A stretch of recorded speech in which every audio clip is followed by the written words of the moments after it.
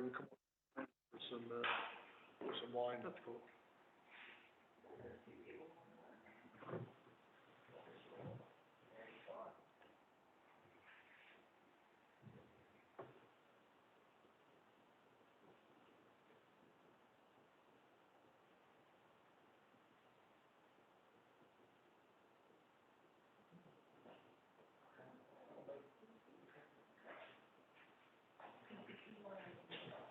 Yeah, would you please?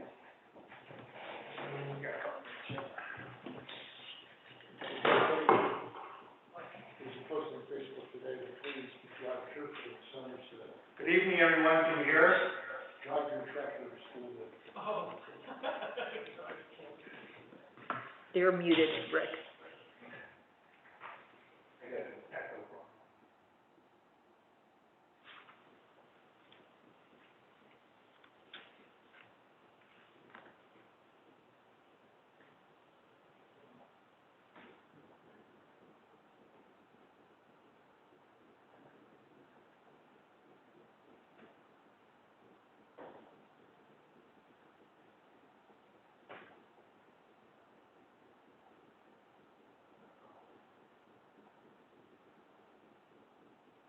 Somebody share screen or something. There you go. There's someone in the waiting room.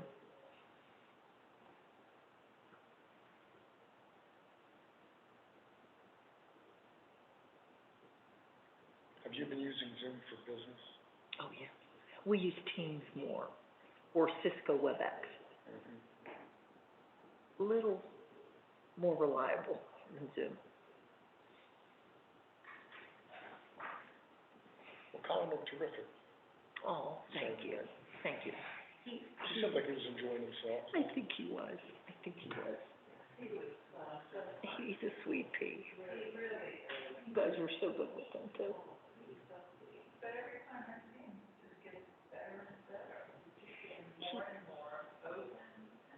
Yeah, he's getting more comfortable. Yeah. Well, he had been planting in the morning. He really enjoyed that. Yeah.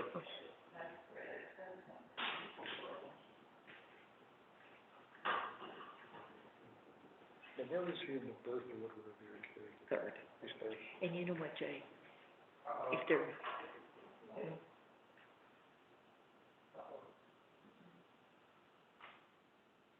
There you go. You know, like, want to admit the 4 in the waiting room.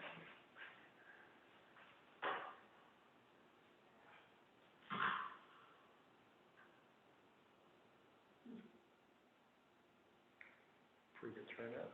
Yeah. 20. I know John's trying to get to his...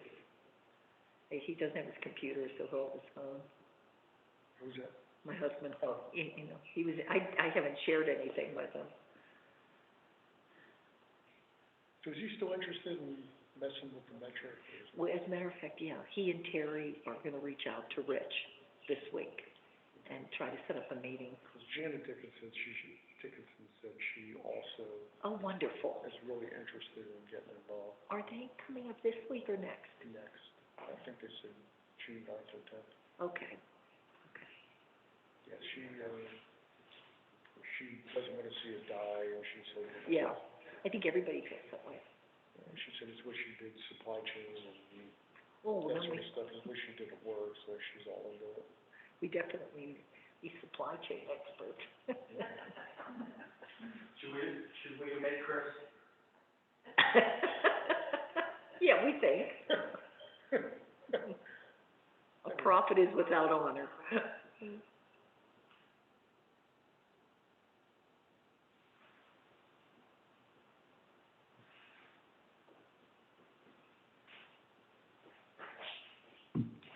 There you go, Pat. What time is it? 7. They keep coming, Rick, so I hate to...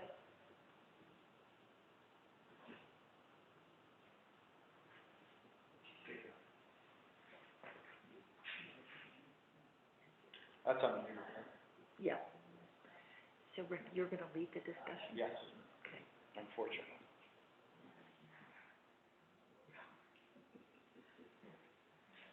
Is there 2 more in the waiting room?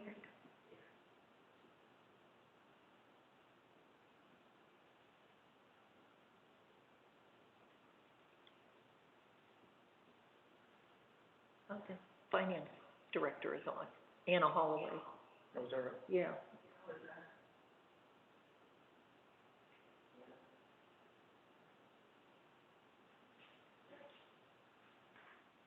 Okay. Yep, start.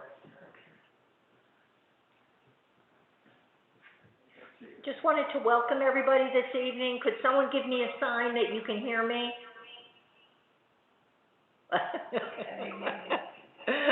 Good job, thank you.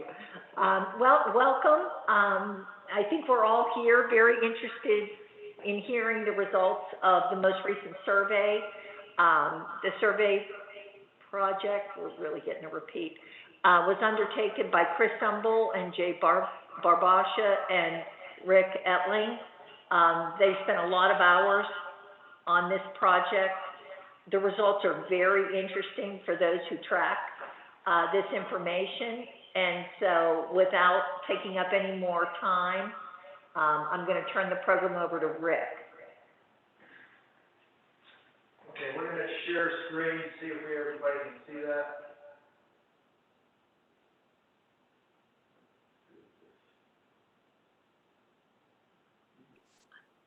Unmute? Did you unmute? Can you guys see our screen? No, I can't.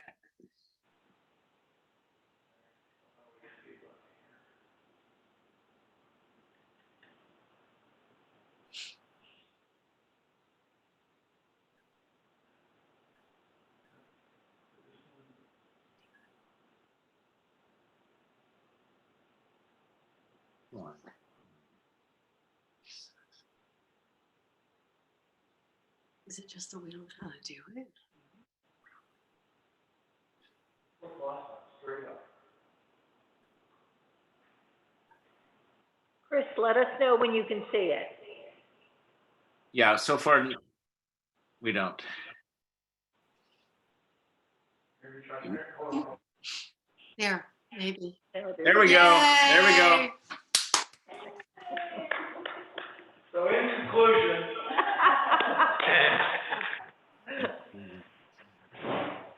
all right, so we have hopefully an hour presentation or less.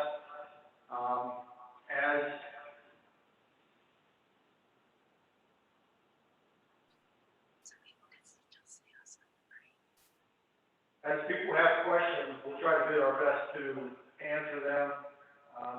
If people stay unmuted, if you have a question, go ahead and just unmute yourself and try to ask it. We'll go from there.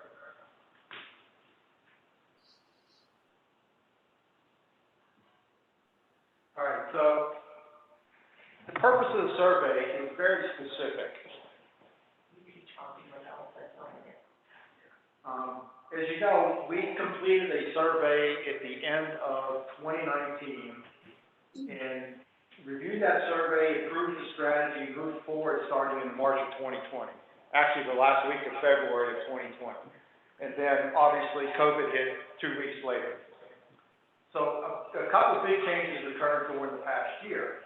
One was a huge increase in the number of new homeowners on the property. And I think Bob Kohler tells us there's something like 140 some plus. 136. 156 now since January of 2020 until today. That's, almost a 15% turnover in the community. The other big effect we had last year was obviously the usage in the community as people were quarantining, working from home, isolating here over the year. And we had a lot of impact on our infrastructure, on parking, on trash, on recycling, a bunch of things. So we wanted this survey was targeted specifically to try to address those two issues and see if they were going to, one, change our demographics of the mountain, and two, see if there was a long-term effect from that increase in the pandemic, or were we going to return to a more normal condition. So that's why we shot this particular survey out. So again, it was not to update the whole survey we just did in 2019. It was not to redo the whole strategic plan approved in 2020. you know, we're 14 or 15 months into a 5-year plan, you know, we want to move forward with these specific topics. So that's, the purpose of the survey. We put in the mission, the community mission statement that was developed in the plan last year. We do this, and we should be doing this more for communication, but we really want to emphasize that we continue to be a community of homeowners. We're a community of volunteers, we're a community of leaders, and this community improves or not improves depending on how well the commitment of our homeowners and our volunteers. So we just want to continue to emphasize that whenever we have a chance to talk to the public. Or talk to our homeowners, sorry, not the public. So in 2021, we had 351 people respond to the survey, which is about 32% of the owners. So for two things, one, that's pretty normal range for a survey, even though you can see it's down from the past couple surveys. 30 to 40% is pretty standard for a survey response. Also for us, it's statistically significant when it comes down to data, and it represents the community. And it represents the community you'll see across a number of different segments. So, but surprisingly and very encouragingly, of the 351 respondents, 94 were new homeowners. And to capture their voice into the survey, I think was just tremendous. It gives us a lot of confidence in the data that we're trying to do. So for all those new homeowners that may be on the call, again, welcome to the community and thank you for participating.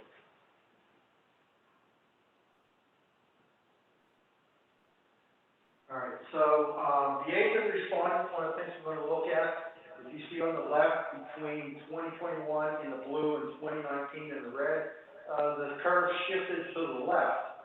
But when you look at the number of new respondents from the new purchase, the new homeowners, and their peak around the 41 to 50, you can see how that just drives that trend a little bit to the left. And that's good. It's more of a normal distribution curve. But we have the voice of the new homeowners, which is great, and it's into our plan. But we also see we have great representation across all age groups, so we continue to capture data.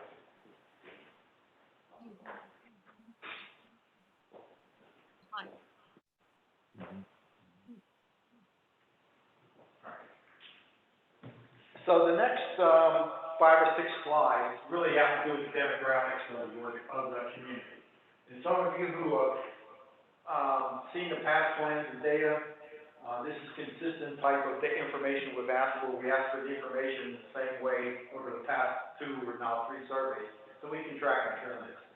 But to no surprise, we continue to be basically a second home owner community. Roughly 80% of our homes are second homeowners. That's been the case for the last 2 surveys.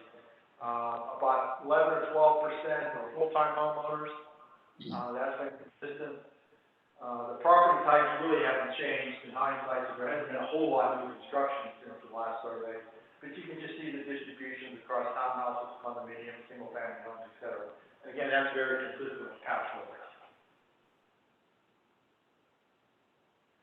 Reasons for the original purchase: second home, getaway weekend. That's been the #1 driver for the last, I guess, 7 or 8 years now that we've been doing the survey. The resort comes in second, and these are just a number of responses that we came through. But you can see, again, strong emphasis on second home, weekend getaway. For part-time homeowners, we asked when.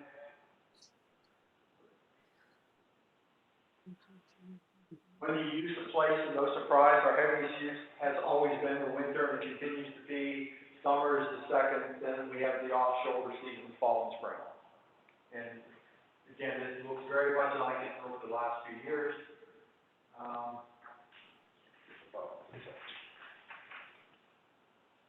right, so we asked the same question: are you ready to sell in the next 5 years? And you see no, yes distribution, but again, this has been very consistent over the last couple of surveys. At any time, we've had about 10% of our people saying they're ready to sell. We've had about 10% of the properties for sale. We've had 10% new owners, and it just keeps like a constant inflow, outflow. And again, this has not changed. And lastly, this is for demographic reasons for some of our communities. We ask why people are looking to move or sell, and it's usually two things. People are retiring and moving to another area, or families have grown and people have outgrown their use of their homes, and so they're just moving on. Rick, you want to admit?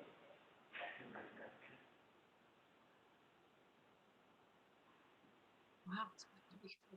Expected, we asked the question, each of the last two surveys, are you expected to be full-time in the next 5 years? And 13% have said yes. But we had the same numbers in 2014, we had the same numbers in 2019. So it's kind of expectations that it's very consistent with what people are moving about. All right, so again, the demographics, that's important to us. Even though it hasn't changed, some people said, look, Rick, nothing changed. That's important information for us to know that nothing has changed because our budget and our strategic plan is based on a certain set of assumptions and priorities, et cetera. And since those demographics have not changed, that gives us a good feeling that that budget and those priorities and those assumptions are consistent going forward. So we're on the right track. So the second piece, so that was the demographic piece. The second piece of the survey was this new homeowner assessment. And as we mentioned, we had 94 new homeowners participated in the survey. We have 156 since January of 2020. So capturing their voice in the survey and in the strategic plan that we thought was very important. So again, the next 4 or 5 slides are all based on the new homeowner survey, or the response from the new homeowners. One thing that was interesting, if you look on the right, 2014 and 2019, red and blue respectively, the Hidden Valley Resort was doing a lot of advertising publications and stuff. And a lot of people found out about Hidden Valley due to either the publications or the fact that they were here skiing. If you look on the left, where the new families came in from, it was mostly a referral. Families or friends, our website, then real estate agents and everything else. So we've kind of gone from formal advertising from the resort to word of mouth communities through friends and others from our current community. This goes a lot to what we do with social media, with communications, what we're doing with outside communications versus inside communications. So this data is important to reinforce that.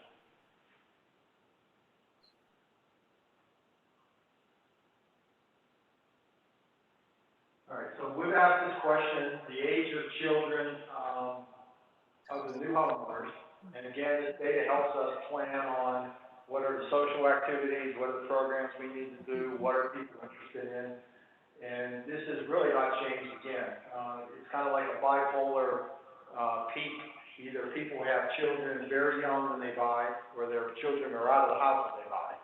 But when you get into that middle age of late middle school, high school, when everybody's busy, you don't see less buyers in that peak. And that's you see that in the same demographics around the property.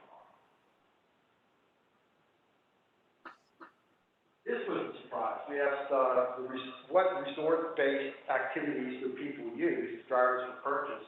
80% of our new homeowners are skiers, which is music to my ears, because everybody knows average skiers, and it makes the resort healthy and often strong. But it also goes to, the first message is we want the resort to be strong. So 80% of skiers supports the resort, supports skiing, supports golfing, and other things are good for the resort. 2, it gives us an indication of what future ski seasons might look like and number of people on the mountain. And we'll get to this a little bit later, but we talked about the pandemic and we're going to see more people or less people this year or next year.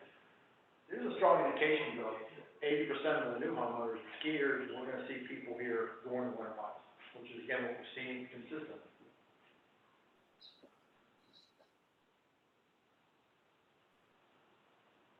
We asked new homeowners what influences they were making their purchases, and these are just total number of responses, so it doesn't have the 94, it's just the way we did the data to be consistent in the past. But you can see amenities was the biggest driver of the month in terms of attractiveness for new owners. Then there was adult activities, children activities, and non-alcohol. But clearly, the amenities continue to drive the attractiveness of the community, and it was the strong influence of home ownership. So, let me stop there for a second. Again, consistent data from our new homeowners, why they bought, why they purchased. Age distribution groups are consistent with what we've seen in the past. Again, that's all good demographic data for our budget planning process and our strategic planning process on what we need to focus on in terms of priorities and how we spend our little bit of money we have. So the last question in the survey was the pandemic piece. Last year, last spring, last summer, there was just a lot of people here. We had issues with parking at times. We had issues with trash and recycling removal because there was an overflow. There were questions on just the general impact on the budget, on the infrastructure, and we're going to see that as a long-term trend. So in 2020, 37% of the responders said they used their property more. And so that's hard data. It supports the anecdotal data. All you have to do is drive around and say, wow, there's a lot of people here. And the dumpsters are full and everything else. So we saw that there were 37% increase last year. So you get into why people were doing that. And it was driven by work from home, shelter in place during the pandemic, and then personal circumstances. So again, not a surprise. And if you talk to people, you knew people, you see families here because schools were closed, a lot of young kids running around, people isolated here. And so the million-dollar question is that going to continue this year?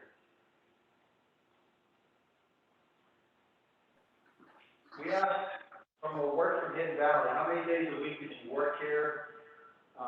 If you were working from home, you can see 5 days, 4 days, etc. So you can see most of the people were spread about a few days of the week. Not a whole lot of people were working 5 days a week here, which was surprising because I thought if they would have been isolated, quarantined here, they would have been working 5 days a week here. And only 10% of the respondents said they were doing that. Just interesting data. So then, the big question is, what about 2021? We're going to continue to see that big influx, that same level of people on the mountain into this year, into future years, and what's it mean for our budget, what's it mean for our impact on our infrastructure, etc. 31% of the people responded said that they were planning on increasing their property usage this year compared to the past. And when we took the survey in March, April, we were still in pandemic stage, people were still being here. So we expected to see some increase here, but since the end of the ski season, if you've been here, it looks a whole lot more like normal years. It's been quiet during April, May in particular. It's been very quiet here. So the pandemic is over, at least as far as the quarantine goes. For the most part, schools are already opening. Schools will be open full-time in the fall. There's a big debate still outstanding on whether people are going to continue to remotely work or they're going to go back to the office.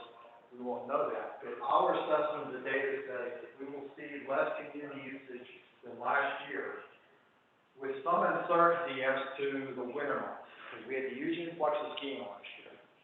We saw 80% of our new homeowners said they purchased because they were skiers. But there's been a 20-year trend in the United States in the number of skiers and golfers declining. And we don't know if this is 1 year alone is going to arrest that trend or not. So the unknown is we have to keep an eye on the valley next winter ski season to see what it looks like. And is it going to be a crush or not? So that's something we just have to keep in mind. Rick, are you taking questions now or at the end? Go ahead. I'm looking at this chart, and it looks like 56% expect their use to be about the same. Yeah. But 31% expect their personal use to increase. So the way So if it's the same, would mean a lot of people, wouldn't it? it would be, but when we asked the question earlier in the year, the pandemic was still going on. Okay.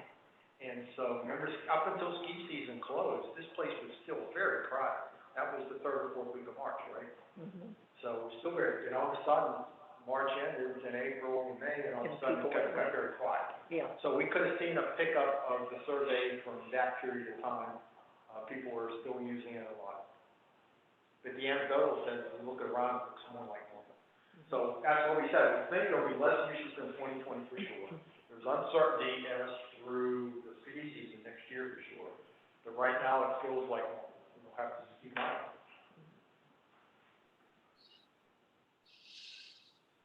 All right, and then we asked also about rental activities, because there was quite a bit of comments, around the various communication channels, social media about rental activities and the impact on the mountain last winter.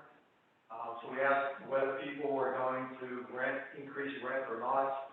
You see 32 respondents said that they are renters, which when you work out the math, it's less than 5% of our homeowners are actually active renters. That doesn't mean that we let our family use a place or, it just comes up for a week or something. These are people actively owning properties with rental activity. So less than 5% of our property has always been that. Again, this is very consistent with past surveys.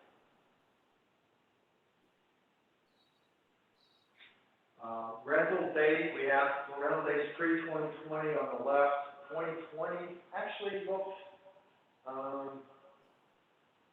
fairly about the same. And then we asked about 2021, and people expected to be renting their properties quite a bit in 2021. Again, our interpretation was maybe renters are hoping that there'll be a big increase because, they can turn the property over better like they did last year. But we'll see, because right now it's awfully quiet. Last year, there was a lot of people here that were renting places for weeks at a time to get away during the pandemic and isolation. We don't see that this year. So again, the rental activity looks very much like it looks like in past surveys. Then we just asked a simple question, this is an uplift in the survey, when do people rent? And you can see winter by far and away ski season, followed by summer, and then spring and fall. So it's very consistent with the uses of the property.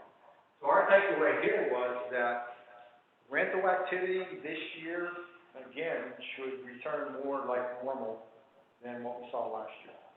Again, with the caveat, the big unknown of next ski season, we don't know what that's going to look like.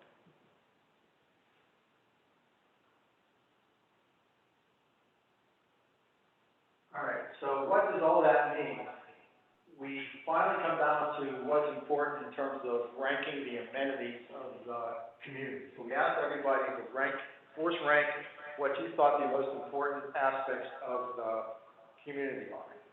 Again, and we didn't go full survey, we didn't go back and we just looked at what the data was from the end of 2019, and we wanted to get an update of this year, just a contrast.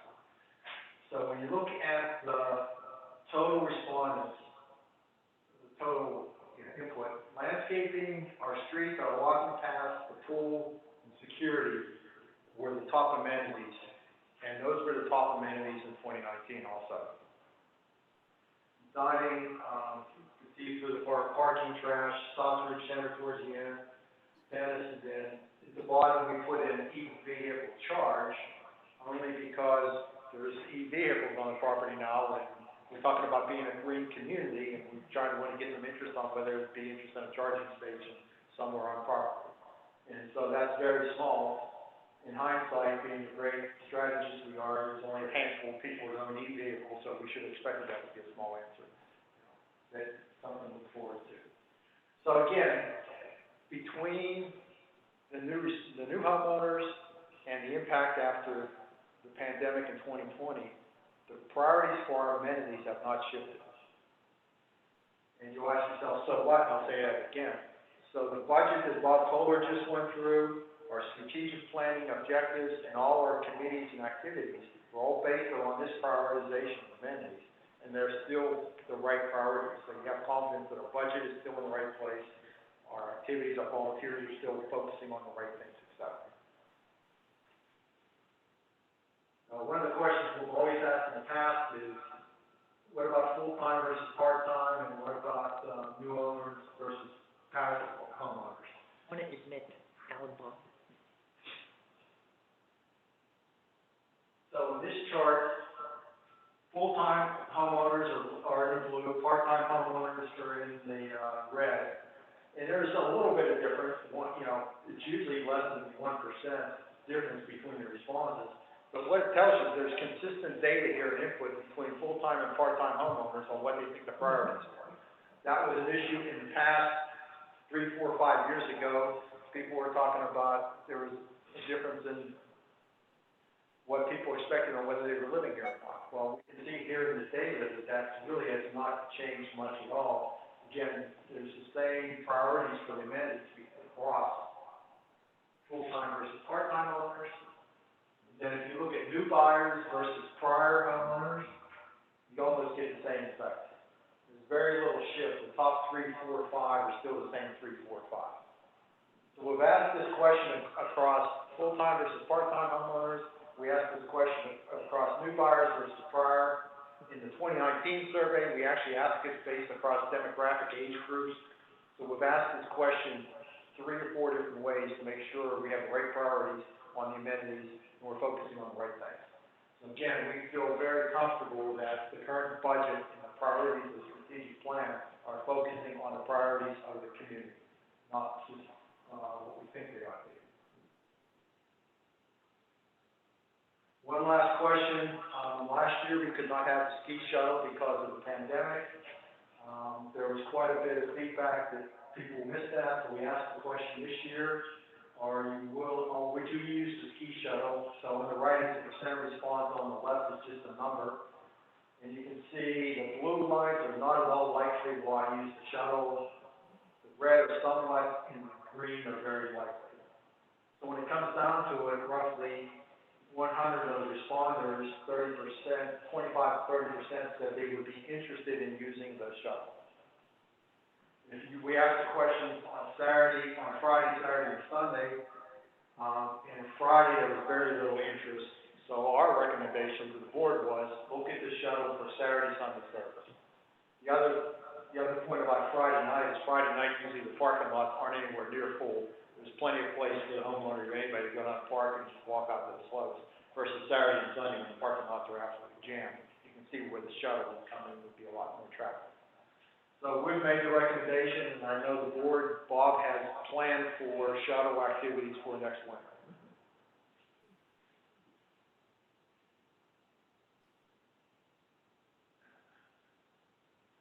We asked the question again, just a commitment to recycling. 253 out of the 340 were absolutely strongly committed to recycling. There's been a lot of discussion on how much money and how do we spend money on recycling for the organization, for the community. There's strong support to continue that.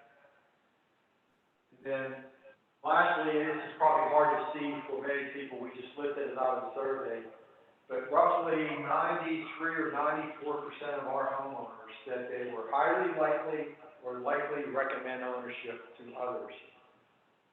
This is the highest it's been by 20 or 30% since we've asked this question in the survey, which we think is just a very strong testament to what's the direction of the community.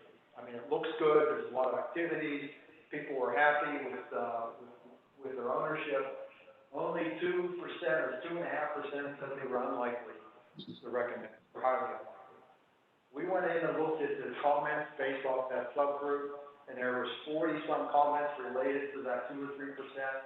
Almost all the 40 comments related to the resorts in terms of pulling back on resort offerings like the spa, the indoor fitness center, the indoor pool, lack of dining during the off-season. Almost all those comments were related to the resort having less activities, amenities than historically past. And again, that's something we can't do anything about with the community other than continue to try to communicate with the resorts and try to express that. Well, you did send those comments to Center Springs. No, we did not. I thought you could do that, Bill. All right, so the last slide, committee conclusions. The basic community demographics have not changed since the 2019 survey. And what we mean by that is full versus part-time ownership, age distribution, seasonality use, renter activity, etc. I mean, that was important to know because there was a lot of chatter going on last year with all the people on the property. about things are shifting, and it's gonna be like this permanently, and you just don't know. We're expecting a slightly lower use of the property this year compared to last year during the pandemic. And again, if you look at the anecdotal, data from the last 2 months, it feels like it's the normal return to normal around here in terms of the number of people around. And so the pandemic is lessened. Again, kids are back in school with options. Kids will be in school in the fall. Again, the unknown about remote work or not. And then lastly, what we really don't know is about ski season next season. So we just have to keep an eye on it and make sure that we're adjusting accordingly. And lastly, the community amenities have not significantly changed. And I'll say it for the third time, that's important for the budget, it's important for the strategic plan, it's important for all our committees, all our volunteer committees on what we're focusing on in the organization. Rick, I don't know what that means, but it says no operation off remaining 1 minute. I'm not sure what that means. This is a time limit. All right, so the last slide, if you have any questions, we take them now, you can forward them to the foundation office, et cetera. But we wanted to take a moment and ask for a couple specific things. One is, we need a new volunteer from the community to take on a quality of life pillar. Remember, our strategic plan has 5 pillars focused around, we've had a leader in the community matched up with a board member. We need a new community volunteer for the quality of life platform. So we'll be reaching out through Chris Humble and trying to pick up on that activity for communications back to the organization. One other volunteer. Oh, the other activity, that was just the video screen.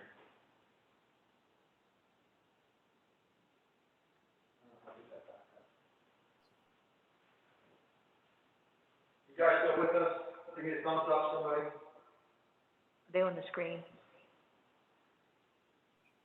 They're on the computer screen. Okay, we got it. Okay.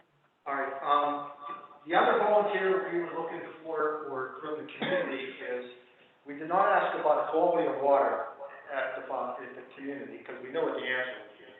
But as you guys, just the community update, the water filtration plant being built by Hidden Valley Utility Services is now complete. They've asked the DEP for their permit. So now we're gonna put a request out to the community that says, now's your time to reach out to your local representatives, especially the full-time homeowners, to help that process and get that approved. Because as soon as they get that approved, they can put it into operation full-time, and we're all looking for an improved quality of our water here. So those are 2 volunteer activities we're looking for. And then lastly, I just wanted to thank a group of people that did it. So first of all, Jay and Chris has been with this survey since 2014. I picked it up in 2019 and helped them. So, just carrying this survey forward. We've had great support from John Wolf and the office in terms of getting the survey out on Survey Monkey, get it distributed, get the data collected, putting out the email request. Just so you guys all know, we've had multiple reviews with the board of the same subject. Pat and John's here, Pat, Bill's here, John is. We've reviewed this at least 3 times with the board, so we've gone through it in detail and data, more data than they wanted to hear, but I want to make sure everybody's on the same page going forward. So, again, the message to the community is this has been vetted quite a bit, and we feel really strong about the data. Okay, so question from the audience. I have no idea. Hang on a second, I'm sure. I think it's with the TV remote.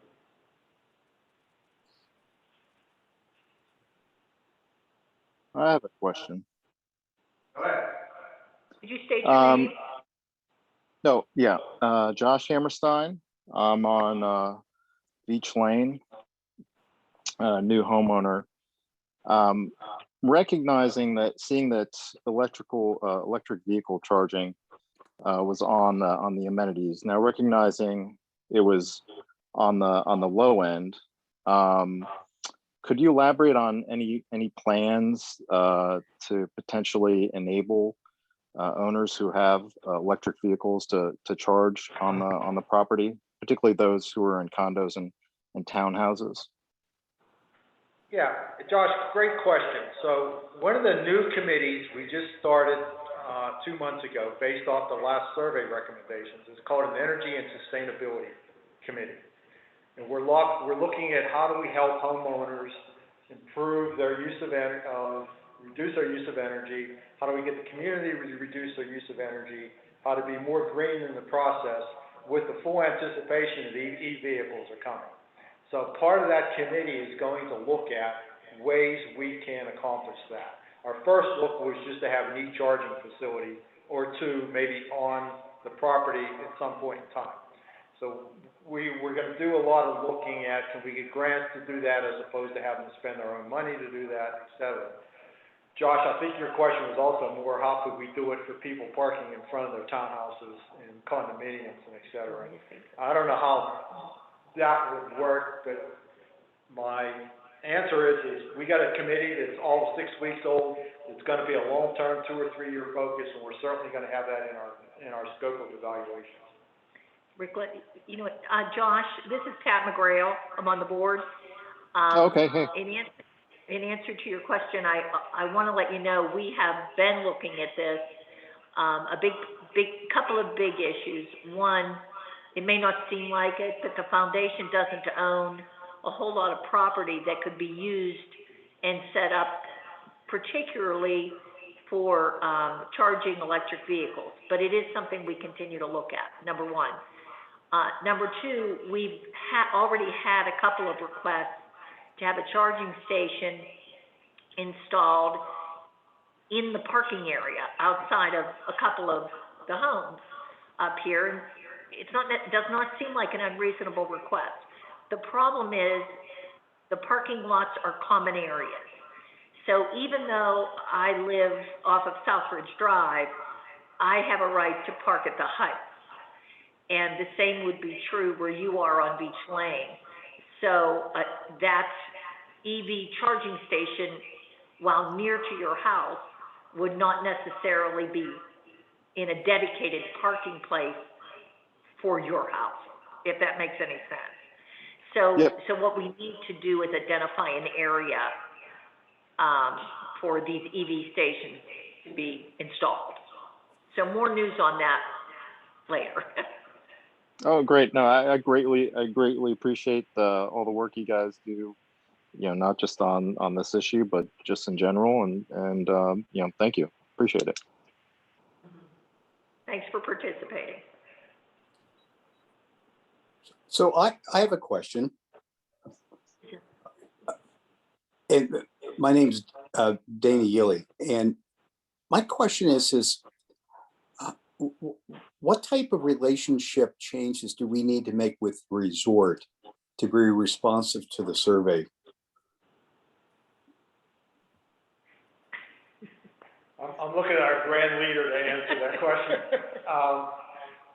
We've had some conversations with the resort. We think it's a symbiotic relationship. The resort needs a healthy community. The community needs a healthy resort. The resort last year was totally focused on pandemic, 100%. We couldn't get, it was hard to get their attention on anything else. We have a long-term aspiration to continue to try that relationship. We're not going to give up on it. We're going to keep talking to them to see what we can do. We had a good relationship over the winter with Jeff Coulter as he was running the ski lodge. Jeff was on the board up here for a long time, and Jeff is subsequently retired. So now we're looking for a new relationship, and hopefully we can go forward from there. All right, just as a quick follow-up, you know, I've been here for 31 years, and this issue of the relationship with the resort has been a topic of conversation. Can you just explain very briefly, what's the current committee structure? Do you have a committee dedicated to this? Is there a need to have a re-emphasis on reestablishing a relationship with Nadine and company? That is an idea that we continue to try to push forward with. I think interestingly, in the last couple of months, communication with the resort has gotten a little bit more open. As Rick indicated, certainly the pandemic put Seven Springs behind the 8 ball in every way. But prior to that, and especially you would know as a 31-year homeowner, the relationship has never been exactly what we would like it to be. And I think they are primarily interested in the amenities that they own and operate. As you can imagine, the more they get involved with the actual foundation and the community, I think they feel the more their responsibility, financial and otherwise, will increase with regard to what happens here. But we continue to work toward improving that relationship. It's not necessarily a negative relationship. We're able to reach out when our interests overlap and work on the goals that we share together. Thank you. Hi, this is Anna Toth. I have a question. As a full-time resident, how does this survey and the results of this survey benefit the full-time residents? Because I can see as the part-time homeowners or weekend homeowners increase, trash collections becoming an issue, noise reduction is not there because people do not respect the fact that as a full-time resident, this is my home. So I and other homeowners who are full-time residents have had to deal with parties going on at 2 or 3 a.m. So how does this type of a survey benefit me and the other full-time residents? Thanks for the tough question, Annie. We know there were a lot of issues last year. And to your point, there were 2 properties on Imperial Drive that we knew were high rental activities, high noise activities. My ward's disrupting quality of life. Security was aware of that. The board was aware of that. They were focusing on it. When we actually looked at the data, there was actually 3 or 4 rental properties that were problematic last winter, which I think were all addressed, hopefully by a combination of activities from awareness from the board and security. And Annie, that's just going to be the nature of the fact, you know that. We have been and always will be 87%-ish second weekend homeowners. We have some people that think we ought to be, and this is a very small number of people based on the comments, thinks it ought to be more like Seven Springs in terms of, I hate to say this, of a party atmosphere. And that's not the community that we have seen here, we strive for, and we want here. So all we can do is to continue to work on very specific problem cases, make sure we identify those and we address those. Pat, you want to follow up? Anna, I think your question is one that is shared by both full-time and regular. I call myself a regular part-time homeowner. We had some difficult times this past year based on, we think, were the increase in the number of properties that were being rented. Based on this survey, it doesn't appear that we're going to see a repeat of of the numbers that we had last year. But because we know what we went through last year, we have had ongoing meetings with the security company to see how they can be more active in addressing those issues. Likewise, at last month's meeting, the board adopted a uniform enforcement policy to give the foundation some tools and some teeth in order to be able to enforce our rules and regulations. So I share that concern that you have, and I think every single member of the board does as well. And so we'll be working toward creating a safer, better environment for the community in the next several months. Thank you. I really appreciate the concerns, and I know you're trying to do something about it. And I do love living here. So, and everything that the homeowners association does. So thank you. Thanks, Anna. Hi, this is Walt Stoy. Thanks for doing this and sharing the information. Is there any opportunity for us to get a copy of the slides sent to us? Hey, Walt. They're on the website, Walt. Yeah. Oh, are they? Yeah. Okay, The weekly thanks. update as well, I think. Yeah, Chris. the weekly update last week, Walt, this meeting notice, they have links there, but if you go onto the Strategic Long Range Plan website, webpage, it's right at the top. You can download the slides. If you can't, just let me know. I'll get them over to you. All right, thanks, appreciate it. Yeah, and Walt, this is Chris. There's a link from last week's newsletter, and there's also a link from the announcement of this meeting, right All right. to the slides. Thanks, Christopher, thanks. Yes, sir.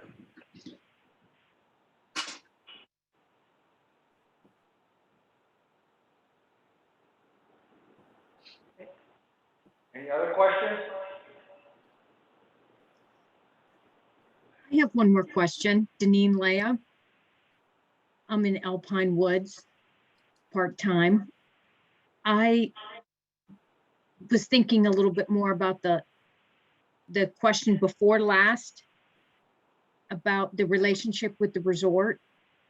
And I don't know if the resort is aware of our increase in home sales and homeowners. You know, because if we did have that continued communication, I think it would be beneficial for them to know that. Are you aware if they know of our increased? Are you Denise? Deneen. Deneen. Yeah. Deneen, again, this is Pat McGrail. I can tell you, you know, the Hidden Valley Resort Realty is a Seven Springs realty group. Right. And so they know, and I think Rick misheard me, I think it was 136 sales last year. And so they're fully aware of the number of new homes, you know, that have changed hands in the past year. And I think they've got some plans in the future that we're going to see in the next 6 months or so that will probably cause everybody to understand that they're excited about our growth. I obviously can't say too much, but they are aware that we had much more success in selling real estate here in Hidden Valley than they did at Seven Springs. Yes. Okay, great.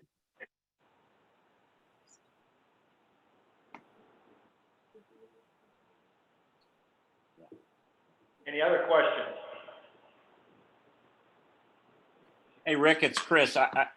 Some of the questions and some of the comments about the relationship with the resort, I think it's worth to reflect that I think the preponderance of the Seven Springs management, their view of homeowners is driven by their experience at Seven Springs.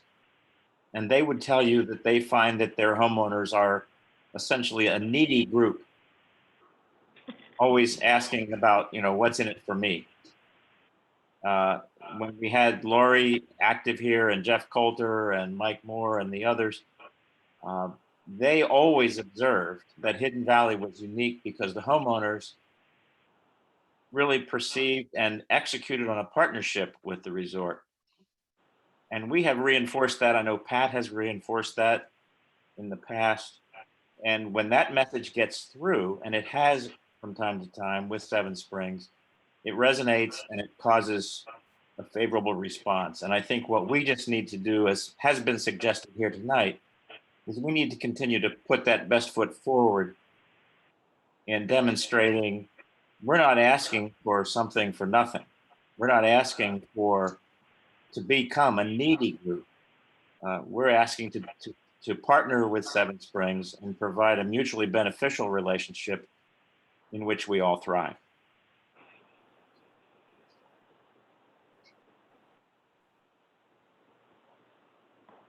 Thanks, Chris. Any other questions?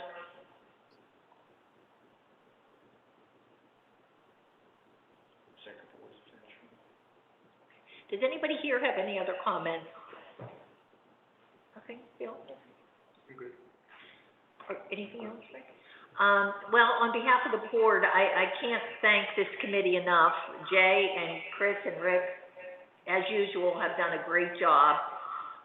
There's a lot of information here. Please take time to look at the slides, at any of the links that Chris and Rick referenced.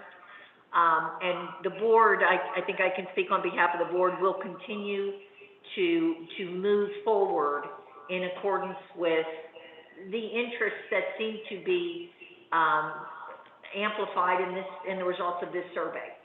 Obviously, they are very similar to the 2019 survey, which is very, very helpful.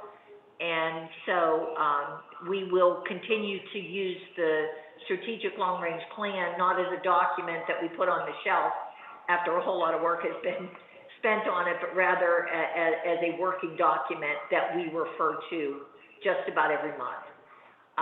Just to echo what Rick asked for earlier, I'm the board member liaison for the Quality of Life Committee that is part of the strategic long-range plan. If anyone out there is interested in volunteering for that role, we truly appreciate it, and I would look forward to working with you. But if everybody is ready to go tonight, I just want to thank everybody for their participation.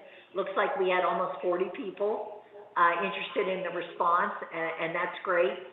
I will say that's typical for Hidden Valley because everyone wants to be involved and continue to make this place a great place to live and to visit. So thanks again. You can get in touch with anyone on the committee with any questions, or send the questions to help@hvftoday.com. Thanks. All right, good night, everybody. Good night.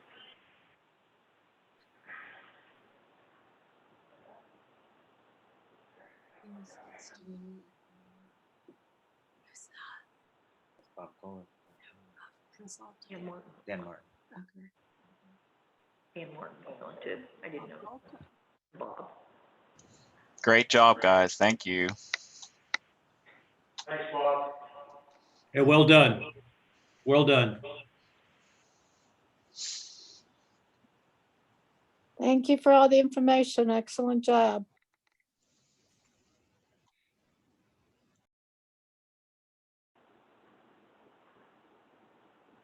I think you have to click end, Rick.